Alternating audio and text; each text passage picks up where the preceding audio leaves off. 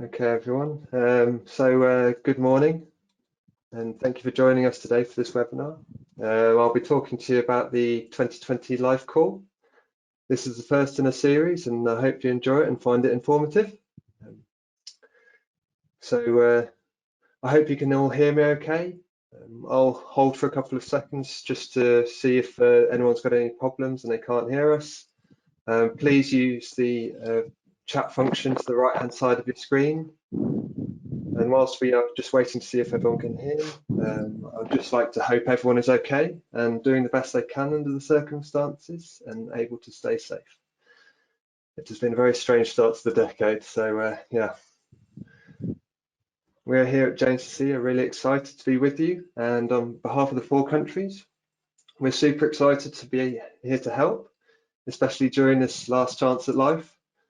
Let's utilise this fantastic fund and the last call and get these projects up and running.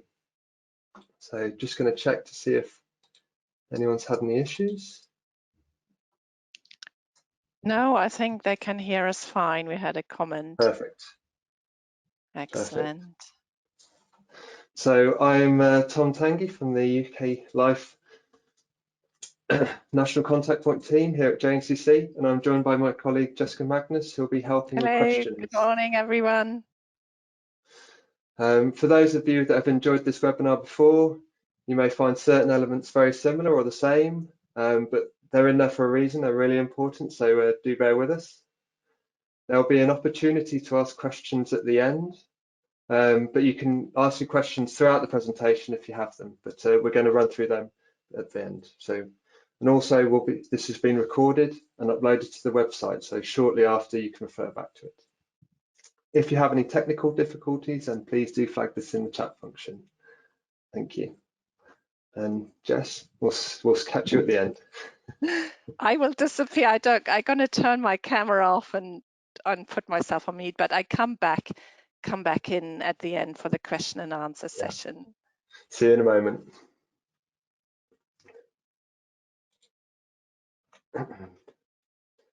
So here is a summary of what we'll be covering today. We'll be looking at the UK legibility in the 2020 call. Why life? We'll also be highlighting new measures introduced to help applicants and their proposals from the effects of COVID pandemic. We'll look at the key deadlines, an overview of the concept note, and run through the project topics.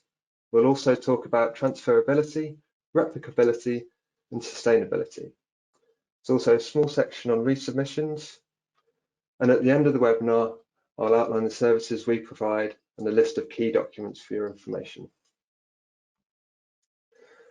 Firstly, I'd like to mention that the UK government has confirmed organisations continue to be eligible for the EU Life funding in 2020, even with the call timetable stretching into 2021 and beyond the transition period.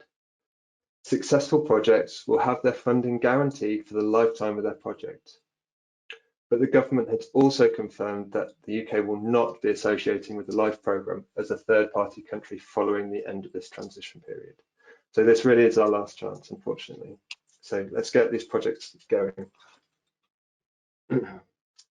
Why life? Someone's had a good idea for a project, but there's no money in-house. So you try to find another funder, and life is an option. But like all funders, life has very specific requirements, and it's essential that you understand what they will and won't fund, or you'll waste a lot of time, energy, and ultimately fail. So please seek advice early. When? Well, you really need to start as soon as possible. Don't wait around. In many cases, the project idea has been in someone's head for a long time, and quite often there are many actions that will also be well thought out. So it's just a matter of putting them into a life submission. It's also good to think about holidays. Yes, we would all love a holiday at the moment, especially now. But summer holidays does put things on hold. A major problem is that the environment strand, these projects applications are submitted during the summer holiday period. So do plan holidays into the timeline, especially if you need sign-offs, etc. And of course, the NCP team are here to help. So I'll be talking to you about the novel aspects within the 2020 Life Call, which was launched on the 2nd of April. And to be honest, there aren't many differences in the 2020 call, and the project topics and priorities have remained the same. The two-stage application process continues to apply for environmental projects and the submission of the concept note in early July, while climate action projects continue to follow the one-stage application process with the submission of a full proposal in October. The Life applications also, with help of this pandemic, has introduced new measures. These are that all submission deadlines have been extended by 1 month, which is reflected in this presentation. Also, private entities in the 2020 call are no longer obliged to launch open tenders for contracts above €139,000. However, when purchasing goods and services, they will need to comply with the value for money and absence of conflict of interest requirements. So their internal procurement rules will need to be respected. In previous calls, private entities were obliged to get open tenders for contracts a lot lower, so these will help save time and money. All projects will be allowed to financially support local initiatives that may contribute to the project objectives. This will take the form of small grants that the beneficiary may give, within certain limits, to third parties responsible for such initiatives. In this way, Life hopes to facilitate access to financing to very small local groups, non-profit organisations, local authorities and citizen groups that do not have the capacity to act as an associated beneficiary in the project, but could play a role in reaching the project objectives. The grants can be up to €20,000, and over the lifespan of the project, there is €100,000 that can be allocated for these grants. These just need to be stipulated in the proposal, the rationale, so there's the results expected and how they will be managed, the criteria. And it's good to note that for integrated projects, this actually goes up to €200,000 over the whole project. There is a special section on startup companies. This has been integrated into the guidelines. In this section, Life invites larger companies to consider their Life project as a potential incubator for startups. Normally, startups don't qualify as a coordinating beneficiary due to their limited financial capacity. They could, however, be a key player, owner of know-how or knowledge in partnership with a large company. In this way, the startup may be given the chance to move to a full market development, and the larger company would gain access to the knowledge while limiting the risks thanks to the Life support. Climate action has also had some amendments to it, but we're going to go into detail in a minute. Also, don't forget, if you have any questions about this, please use the function to the right-hand side of the screen. The payment schedule for 2019 and 2020 has also been amended to help projects with financial implications caused by the pandemic. The pre-financing rate has been increased to 40% from the current 30%, with the second payment at 40% and the final payment at 20%. And like I've said, this will apply to the successful applicants in 2019 as well. The Commission is currently considering a series of additional measures to help applicants during this pandemic. These measures cover many financial and administrative aspects, such as more flexibility around the 2% rule. There is where a sum of the public body contributions must exceed at least 2% of the salary cost of non-additional staff. Non-additional staff are staff that were already in place before the start of the project. So all other staff are considered additional and staff that have been hired for the project. So do check this, but there is more flexibility around it. There is also more flexibility with bank guarantees and the need to reduce them, and also in-kind contributions to volunteers has been introduced. So also depreciation of goods. There's no depreciation in case goods and will be used after the project for the same purpose. And this applies to private and commercial goods. The introduction of performance bonuses, There will be more detail on these measures included in Annex 10 financial guidelines and the 2020 financial guidelines, and these will be made available on the LIFE website once they've been updated. And we'll keep you updated as soon as we hear more. The Commission would also like to invite applicants under the environmental health topic, which may contribute to the management of future pandemics. Also, there is a possibility, and for the first time in 27 years, to address ESME with one-to-one bilateral chats with all those who would like advice on their proposal. If you are interested in bilateral with ESME, you need to book a slot via the Brussels Info Day website, and bookings are open until the 15th of May, and we've included a link at the end of the webinar. I would also like to reiterate that if you're unclear about any of these points, please use the question function or contact our helpline or email us at the UK Life NCP mailbox. So, as you have heard, the environmental project topics have not changed. So you still have nature biodiversity, environmental resource efficiency, environmental governance and information, and there's been some small amendments to climate actions, and we'll go into detail in a moment. So here is the indicative time date for the 2020 call. The call was launched on the 2nd of April, and all the documents are available on the Commission's website, and we'll provide a link to them at the end of the webinar. With the deadline extensions, the environmental projects need to submit their concept note by the 14th of July. And for nature and biodiversity and governance information projects, it's the 16th of July. Climate projects still follows the one-stage application process with a submission of full application on the 6th of October. Once you have submitted your concept note, you'll receive feedback in October 2020. If your project was successful, you will be invited to proceed to stage 2 and submit a full application in February 2021. The Commission will evaluate submissions between February and June next year, and if you have been successful, you will be awarded funding once the grant guarantee has been signed in July 2021. So the earliest start date would be the 1st of September for the environment strand. Climate projects have to submit a full application by the 6th of October and would receive feedback by February 2021 with the grant agreements signed by July 2021.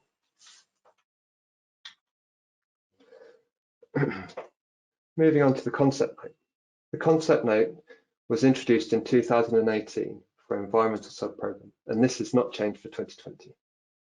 And here is an overview of the forms you'll need to fill in. So the administrative forms, these are just forms that are quite self-explanatory and cover the basic administrative information such as contact details, financial status of coordinating beneficiaries, and general project information. The B forms are the project outline. So B1 is the summary description of the project, what the problem is you're addressing, the scope, the extent, and the expected change. B2 forms general character of the project, but these are only for environmental and resource efficiency projects. Form B3 is EU added value, and this is that's an important area. Financial application forms are to do with the project budget.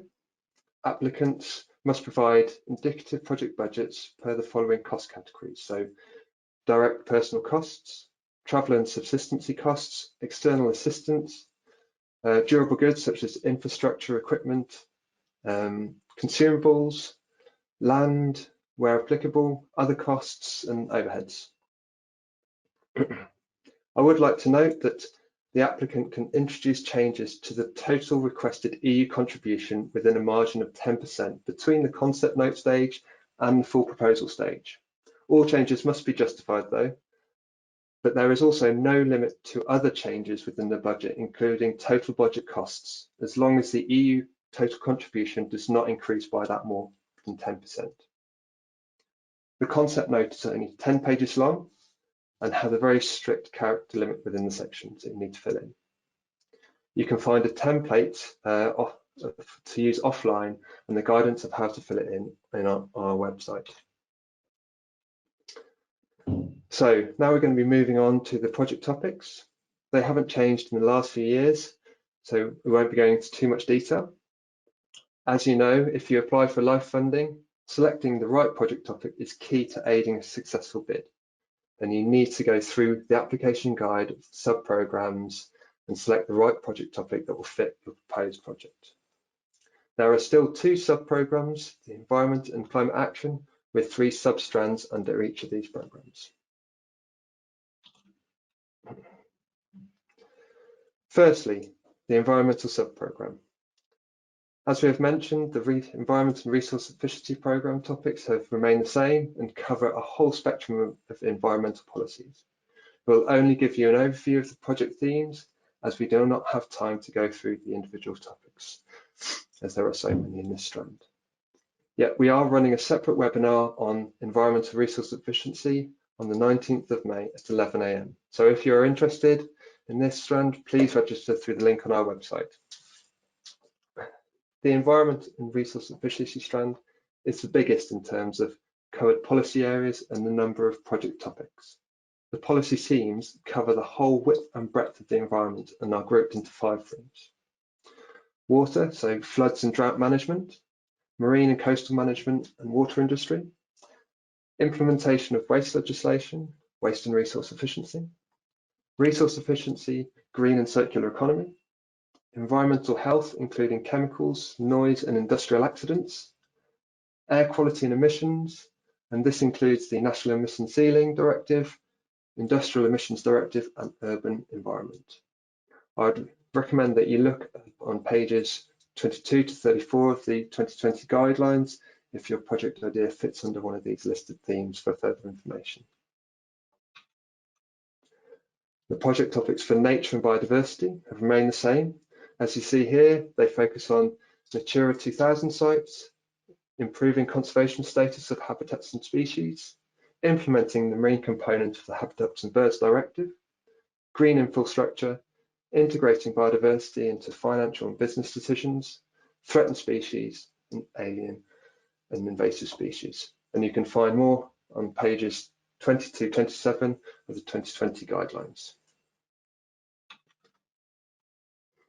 Environment, resource and efficiency topics also remain the same and include raising awareness campaigns, which covers green growth, connecting with citizens, making it happen, and activities in supporting effective control processes as well as measures to promote compliance. And for further information, pages 22 to 23 of the guidelines. If you have any more questions on those, then please ask at the end or do contact us at NTP. And you've made it through that, so we'll move on to the Climate Action Sub-Programme. Here is a summary of the changes that have been made. So, emphasis on implementing the Green Deal and Climate Pact, inclusion of carbon farm programmes, the description under policy areas, so greenhouse gas monitoring and reporting by authorities, changed slightly, adjustments to the description of policy area, resilience of infrastructure and changed work areas under policy area, resilience of agriculture, forestry and tourism sectors, adjustments to the description of policy areas under climate governance and information, and inclusion of the European Climate Pact. And do go through the climate action guidelines for further information. The climate mitigation strand has 6 priority themes, and once again, we don't have enough time to go through these, but Scottish Enterprise are running a webinar which we'll be speaking at on climate action on the 21st of May. So please email us if you are interested and we can forward you on the registration details. Member states and regional local authorities' efforts to reduce greenhouse gas emissions in the sectors not covered by the EU trading systems, so such as transport and fuels, agriculture, construction like energy efficiency in buildings, land use and land use change in forestry. Greenhouse gas accounting and climate change mitigation in land use sectors. The development of land management practices which have an impact on emissions and the removal of emissions. Emissions trading system which have an impact on energy and greenhouse gases, intensive industrial production, fluorinated gases and ozones, depleting substances, greenhouse gas monitoring and reporting. And please go through pages 25 to 26 of the Climate Action Guidelines for more information on those, or do contact us.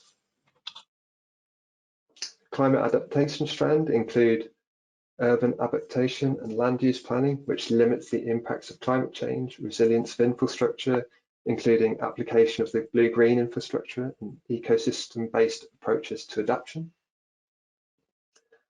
Sustainable management of water in drought-prone areas, so flood and coastal management.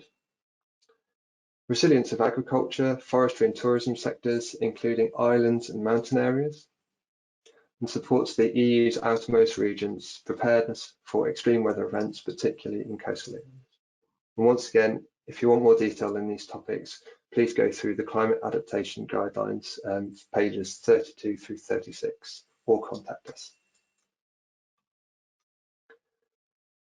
The Climate Governance and Information strand focus on the development of national 2030 climate and energy strategies, and also on campaigns to incentivize behavioural change to mainstream emissions reductions and resource efficiency. The Commission would also like to see projects that assess the function of the EU emissions trading system. And more information is pages 37 to 42 of the Climate Action Guidelines 2020. So that was a whistle-stop tour around the project themes of 2020. I'll now talk to you about other elements of the application which are important. This may sound familiar if you have listened to our webinars in previous years. We say this every year because it's important for your application, and as in previous calls, 2020 call refers to replication and transfer potential. Replication and transfer potential continue to be key components of the LIFE programme. So please give this section due consideration. So projects need to have a clear mechanism for replication and transfer during and after the lifespan of the project. This needs to be clearly explained within the proposal as to how the results will be replicated and transferred to other regions, in countries or contexts. So this goes beyond just sharing knowledge and networking with key stakeholders. You need to put the solutions developed and or applied within the project into practice elsewhere or for a different purpose. So, could your results be used again in the same way by other entities or sectors? For example, do you know partners who will be able and willing to take up your project within other member states? Will they be able to sign up to the project results? Are they part of the European network that can influence and share your lessons? I mean, one obvious way to demonstrate this is to include a partner from another member state, but this is not essential, and it also may not be right for your project. You could also could your results be used in a different way or for a different purpose?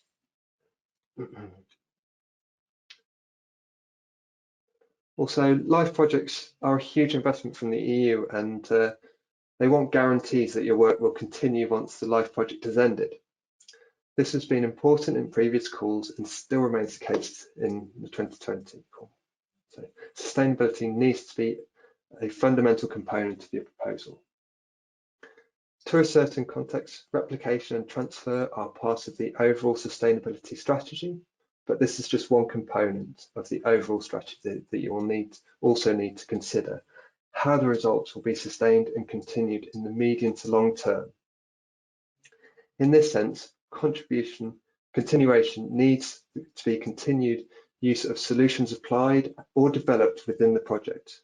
But unlike replication and transfer, this is generally limited to the entities involved in the project. So the guidelines list a set of questions that you will answer in your B1 form for stage 1 or B6 form for stage 2.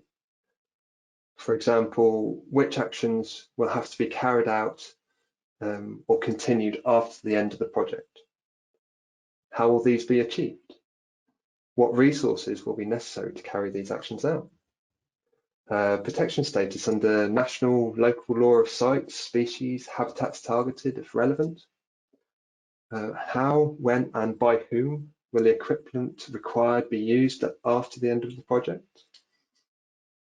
How will the long-term sustainability of the project concrete actions be assured?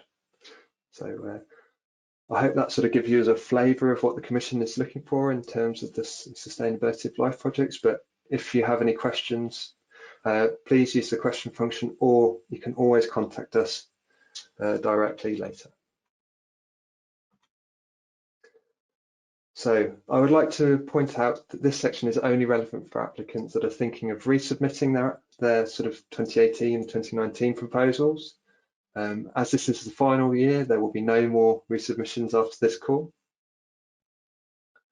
So overall, a large proportion of successful life projects are resubmissions. And this is due to the clear steer from the evaluators in their feedback letters as to how the project can be strengthened. Please be aware, however, that if you are considering a resubmission, that the context varies between years and may have changed. And by context, I mean the core priorities or other projects funded by the LIFE programme, as well as the policy context. I'll run through these now. So in regard to the core context, hopefully this webinar has alerted you to some of the differences between years. In addition to this, new projects will have to be funded since, or new projects have been funded since the last call. So we recommend that you look through the EU Life project database. You need to make sure that your project is still innovative and state-of-the-art. If a project is funded on a similar topic, how will you exchange lessons learned to ensure that there will be no duplication of effort? Finally, policy context can change also, so make sure that these sections are up to date. Check the latest policy context. So for example, make sure that you use, for nature projects, you use the latest link to the Article 17 report. I just want to alert any resubmissions that there is a question in the B1 form of the concept note, which asks if the project is a resubmission.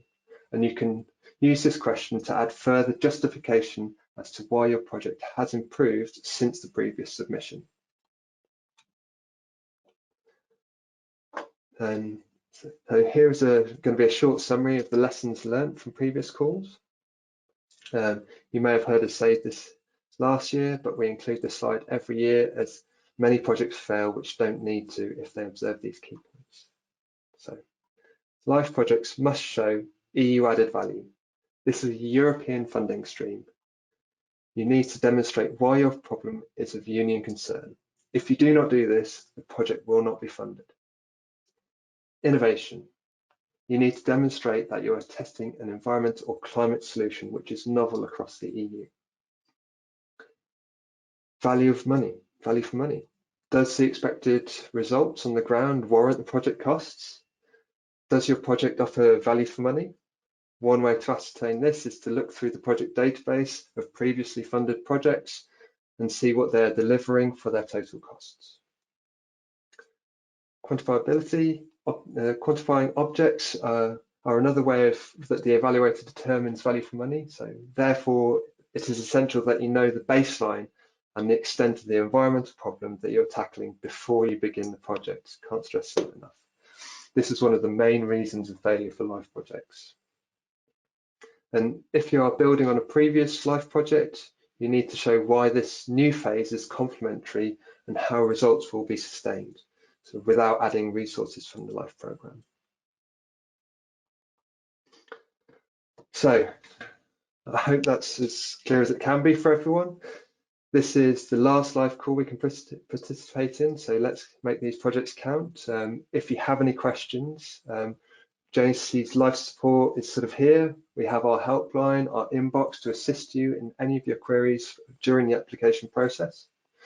We also have planned a few more webinars. So the environmental resource efficiency is on the 19th of May. Application writing is on the 2nd of June. And like we've mentioned, Scottish Enterprise, where I'll be speaking, is running a webinar on climate action on the 21st of May. So please contact us if you're interested in that one. The concept note template and guidelines is also available on our website for download, and this is modelled on the e-proposal application form and should help you with filling it in. Before we come to a close, I would like to highlight a few other services which are available to you. As mentioned, we have the webinars and template documents. In addition though, we offer a pre-screening service for concept notes, which is between the 8th of June and the 3rd of July, so make sure you get your draft concept notes in early. We also offer a pre-screening service for the climate projects in September, which opens on the 14th to the 23rd of September. In January and February, we'll also be offering the pre-screening service for the Stage 2 full applications. And just one note, I mean, e-proposal can get very busy on the last day. Don't get caught up in this because it has been known to crash. Get your applications in as early as you can. And of course, you can always email us for help. And finally, we have included some key links on this slide, some useful resources of information. Hopefully you've come across most of them at this stage. Let's keep going. So thank you for listening. Please send across any questions that you might have using the question function on the right-hand side of the screen, or alternatively, please feel free with follow-up questions to our live mailbox or our helpline. Thank you again for your time, and good luck with your proposals and stay safe. Thank you.